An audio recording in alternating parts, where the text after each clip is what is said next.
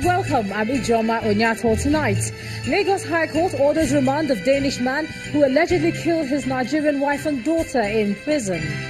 Senator representing Kogi East in the National Assembly, Atai Aidoko, is removed over faulty nomination. Another look at the incessant clashes between farmers and herdsmen in Nigeria and how to end the crisis. And the United States hopes for a major disarmament by North Korea by 2020 following Tuesday's meeting between President Trump and Kim Jong-un. On business news tonight, Nigeria's headline inflation falls to 11.61% in May, its lowest rate in more than 2 years. On sports news, Spanish Football Federation orders former captain Fernando Herrero to take charge of the national team in the wake of a shock decision to sack Julian Lopetegui on the eve of the 2018 FIFA World Cup. Hello, and from Abuja, British government reaffirms commitment to support the bid by the Economic and Financial Crimes Commission to stop politicians from buying votes ahead of the 2019 general election.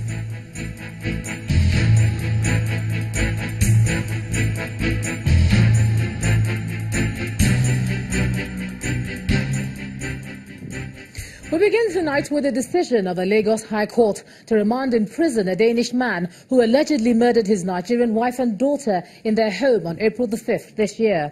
The man, Peter Nelson, was arraigned today before Justice Bola Okikiolu-Oyile of the Lagos High Court on 2 counts of murder. Mr. Nelson has pleaded not guilty to the charges. In the counts, the 53-year-old Nelson allegedly killed his 37-year-old wife Zainab and his 3-year-old daughter Petra around 3:45 a.m. at their Banana Island residence in the Ikoyi area of Lagos. The police had told the magistrate that Nelson hit his wife's head against the wall several times, inflicting injuries which led to her death. He's also said to have poisoned his daughter and tried to cover up the murders as a domestic accident. At the hearing, the defendant's counsel, Mr. Olashukbo Shashore, requested that his team would like to conduct a DNA test on Mr. Nelson and also asked for results of the autopsy. The prosecution promised to make the report available to the defense team. Justice Okikiolu-Oyile then adjourned to October the 8th and 9th for the commencement of trial. The government is ready for trial, and as you see, the court has given us dates in early October, and I'm sure on those days trial will commence. And staying with legal matters, the Katsina Division of the Federal High Court has adjourned the trial of the former Katsina State Governor Ibrahim Shema for alleged fraud to October the 15th and 16th, 2018. The EFCC is accusing the former governor of diverting 5.7 billion naira meant for the Katsina Subsidiary Reinvestment and Empowerment Program, SURE-P Fund. Counsel to Governor Shima had filed an application to quash the charges levelled against him because he claims his client is facing a similar trial in a state high court. He describes it as an abuse of court process, but the prosecution disagrees, saying that the charge before the state high court is on criminal breach of trust and misappropriation, while the one before the Federal High Court is on money laundering. Pointed out to the judge that amounts to an abuse of process. And when you have an abuse, you don't wait till the case ends. You terminate it immediately. Because an abuse tries to rubbish the jurisdiction of the court. So he has ruled that he is bound by 3962 of the SCJA, which says he should rule at the end of the judgment. We have told him, or we told him, that he should strike that section out because it's unconstitutional. There was an application filed by the defendant seeking to quash the charges. So that application was taken. It was responded to by the prosecution. The judge ruled there and then that in accordance with the provisions of the Administration of Criminal Justice Act, Section 396 of Section 2, the ruling in that application shall be taken along with the final judgment at the completion of trial. So the matter is now adjourned for trial. Meanwhile, it's not good news for the lawmaker representing Kogi East Senatorial District in the National Assembly, Senator Atai Aidoko, as the Federal High Court in Abuja today ordered his immediate removal from the chamber. The court, presided over by Justice Gabriel Kolawole, ruled that Mr. Aidoko was wrongly presented as the flag bearer of the People's Democratic Party in the December 2014 primaries conducted by the PDP.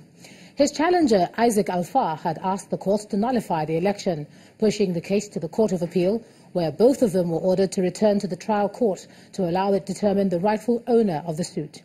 The suit was, however, declared vacant, but Mr. Aidoko refused to vacate the office and has appeared repeatedly at plenary since then. The trial judge then ordered the PDP and Mr. Aidoko to pay Mr. Alfa 750,000 naira each. The seemingly unending crisis between farmers and herdsmen appears to have been contained with the anti-open grazing law set up in the affected states of Benue, Ekiti and Taraba. However, the recent suggestion by the Minister of Defence, Mansurudan Ali, that the law be suspended has drawn criticism, most notably from members of the National Assembly. In this report, our correspondent, Oroluwa Shonibare, examines the weight of the comments made by the Minister of Defence. For some time, images on television have depicted destruction, death, and despair, allegedly caused by herdsmen in some states across the country. Despite citizens' protests and condemnation by the federal government and security agencies, the violence has continued unabated, becoming almost a daily affair. Thousands who fled their homes filled internally displaced persons camps across the country, almost leaning towards a humanitarian crisis. This still did not stop the killings. Appalled by the entire situation, some state governors took it upon themselves to protect their citizens by setting up laws prohibiting open grazing. The sensitization shouldn't be a problem, and it's done in good faith. Ranching is the only thing that can save this situation. The Constitution has given you power to make laws to protect your people. I made that law, I stand by it. This law is our initiative to ensure peace for everyone that is living in Benue State. This was also met with resistance by herdsmen who alleged that their right of free movement was being infringed upon. In particular, will give them power to arrest and detain without seeking permission from any security agents. It means that in reality, Taraba State want to establish a state police to deal with Fulanis. We have done it. Now it is Taraba. We must resist to this. We will go to any legal level up to Supreme Court. And the attacks went on.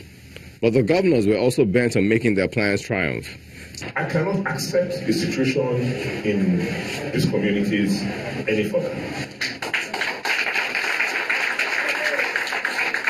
So for the next 90 days, we ban any grazing in this community. And for a while, this appears to be working, with a reduction in the number of attacks.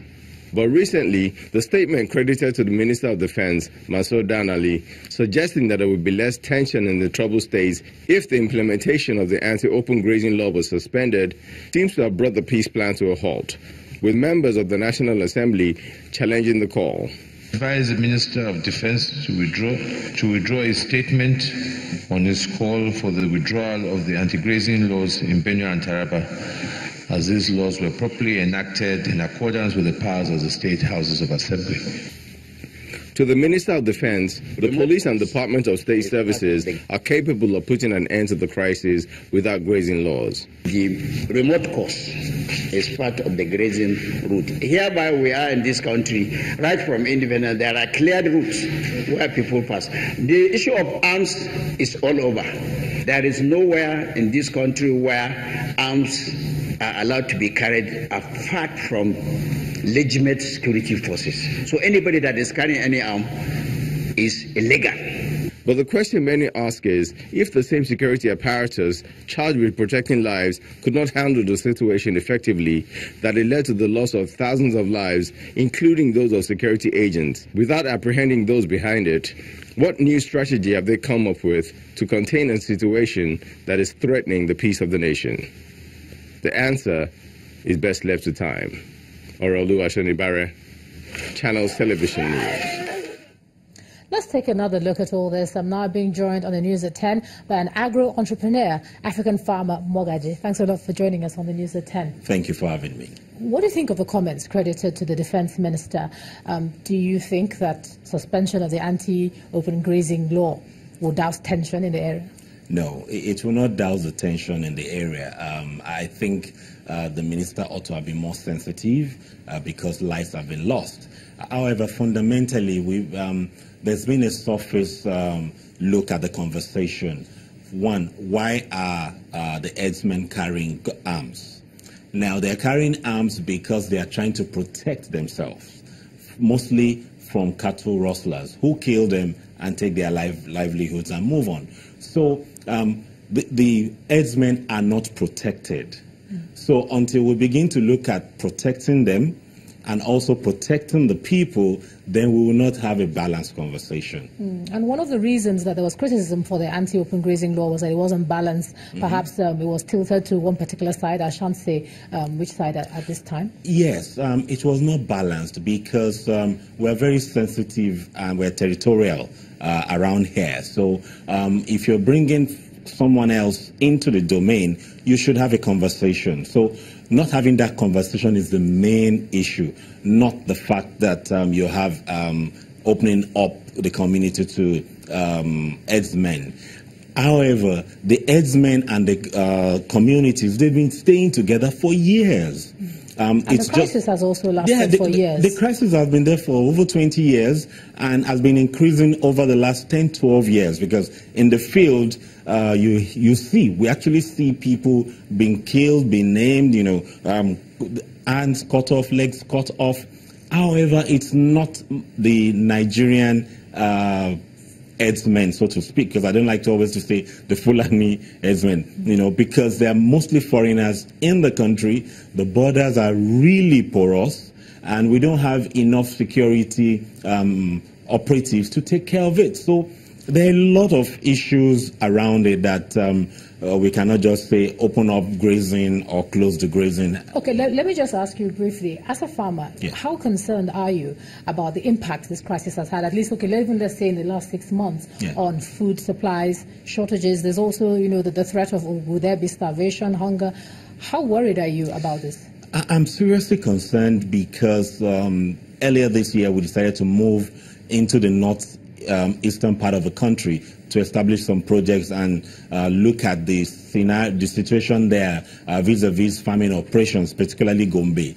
And the situation is you have farmers who want to sell their products, but you don't have merchants going there. Take, for instance, in the southwest now you have maize being scarce and the prices are high. While in Gombe and most of the northeastern states, they are looking for who to buy their maize, which was not like that before. So it's affecting the livelihood of the farmers in the northeast and in the north generally, and also affecting the trade, the economic power of other areas in the country. So finally, in terms of a solution, some say the anti-open grazing bill is the answer.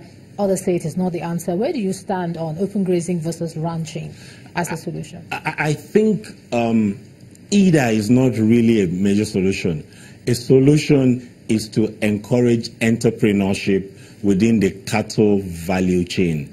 And once you begin to do that, there will be less pressure.